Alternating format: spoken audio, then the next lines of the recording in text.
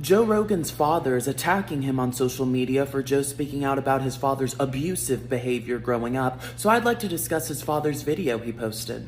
If you can't talk to me face to face, you're a punk. About time you become a man, Joe. You couldn't handle me.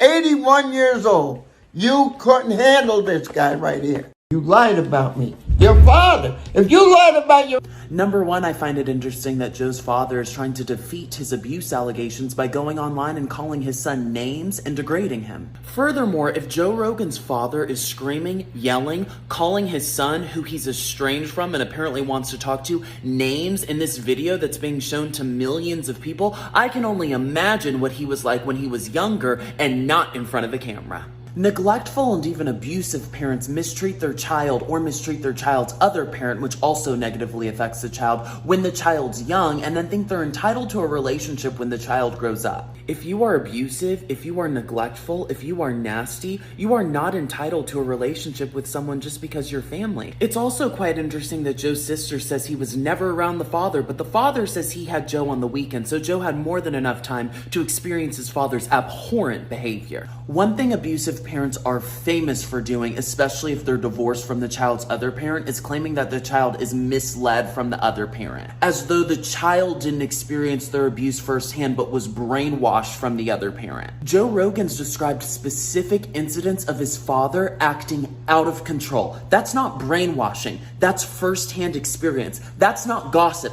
That's what Joe Rogan experienced himself. Word of advice for neglectful or abusive parents: instead of minimizing or ignoring the experiences your child went through under your watch when they were younger, maybe you should take a little bit of accountability for one time, apologize to your child, and seek to make right what you did wrong. Your experience with a bad parent growing up is completely valid, and you don't need to prove yourself to anyone, even them.